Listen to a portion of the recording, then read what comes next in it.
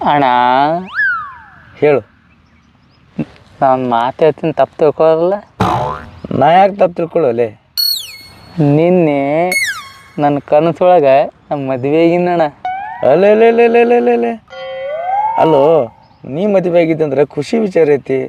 ನಾ ಯಾಕೆ ತಪ್ಪು ತಿಳ್ಕೊಂಡು ಹೇಳು? ಅಣ್ಣ ಮದುವೆ ಆಗಿದ್ದು ನಿನ್ನ ಹುಡುಗಿ ಜೋಡೇನೆ ಅಣ್ಣ.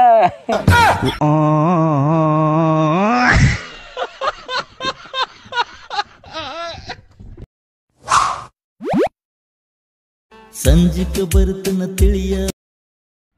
ಅಣ್ಣ ಹೇಳ್ಸೋಕರ ಅಣ್ಣ, ಊರಾಗೆಲ್ಲ ಮಾತಾಡ್ಲಕತ್ತಾರ ನಿನ್ನ ಕಡೆ 5 ಲಕ್ಷ ರೂಪಾಯಿ ಅಕೌಂಟ್ನಾಗ ಅದಾವಂತ. ಏ ಹುಚ್ಚ, ನನ್ನ ಅಕೌಂಟ್ದಾಗ ಇರೋದೇ 500 ರೂಪಾಯಿ ಅವಲೆ. 500 ರೂಪಾಯಿ ಅದಾವ? ಹಂಗಾದ್ರೆ ನಾ 350 ರೂಪಾಯಿ ರೀಚಾರ್ಜ್ ಮಾಡಲ್ಲ ಅಣ್ಣ ನನಗೆ.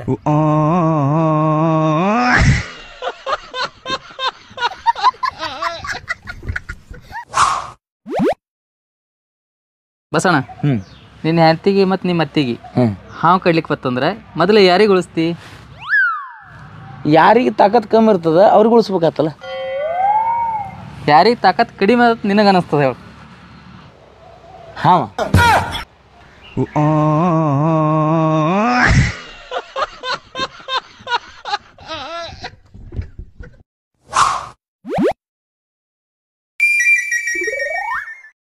ಏಯ್ ನಿನ್ನ ಕಡೆ 350 ರೂಪಾಯಿ ಅದಾವಲ್ಲ? ಅದಾವಲ್ಲ, ಯಾಕ? ನಿಮ್ಮ ಹುಡುಗಿಗೆ ರೀಚಾರ್ಜ್ ಮಾಡಿಸೋ ಮಾರ. 4 ದಿನ ಆಯ್ತು ಒದ್ದಾಡ್ಲಕತ್ತಾಳ. ನನ್ನ ಹುಡುಗಿಗೆ ರೀಚಾರ್ಜ್ ಮಾಡ್ಲಾಡ್ಬಿಟ್ಟಾಕ ನೀ ಯಾಕೆ ಟೆನ್ಷನ್ದಾಗಿದ್ಯೋ ಮಾರಾಯ? 4 ದಿನ ಆಯ್ತು ಫೋನ್ ಹಚ್ಚಿಲ್ಲ ನನಗಕ್ಕಿ.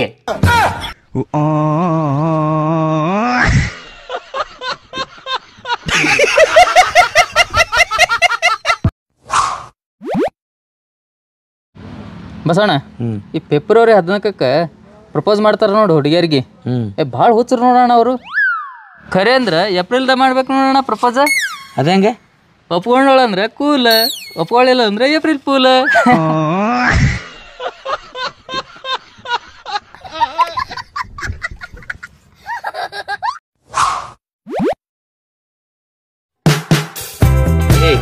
ಯಾಕಾಡ ಸ್ವರ್ಗಿದ ನೋಡು, ನಿನ್ನ ಶರೀರ ನೋಡ್ಕೊ.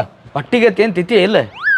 ನೀನು ಬೈದು ಇಲ್ಲ ಅಣ್ಣ, ಹೊಟ್ಟೆ ಕೆಟ್ಟದೆ ಒಂದು. ಅಲ್ಲೋ, ಅವ್ನು ಹೊಟ್ಟೆ ಕೆಟ್ಟೋದಕ್ಕೆ ನೀವು ಊಟ ಮಾಡ್ಲಾರ್ದಕ್ಕೆ ಸಂಬಂಧ ಏನದು? ಯಾಕಂದ್ರೆ ಅಡಿಗೆ ಮಾಡವನೇ ಅವನೇನ.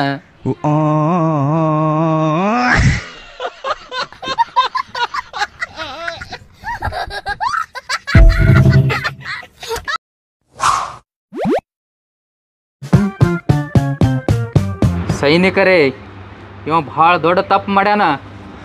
ಇವನು ಕಿವಿ ಕತ್ತರಿಸಿ ಹೋಗದೆ ಬಿಡಿ. ಬೇಡಿ ಮಹಾಪ್ರಭು, ಬೇಡಿ.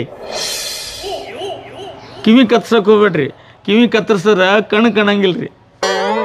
ಯಾಕೋ? ಕಿವಿ ಕತ್ತರಿಸಿದ್ರೆ ಕಣ್ಣು ಹೆಂಗೆ ಕಾಣಂಗಿಲ್ಲ? ಚಸ್ಮಾದ ಕಡ್ಡಿ ಕಿವಿ ಮ್ಯಾಗ ಇಡ್ಲಾರೇನು ಮುಕ್ಕಳಾಗಿ ಇಟ್ಕೊಳ್ರಿ.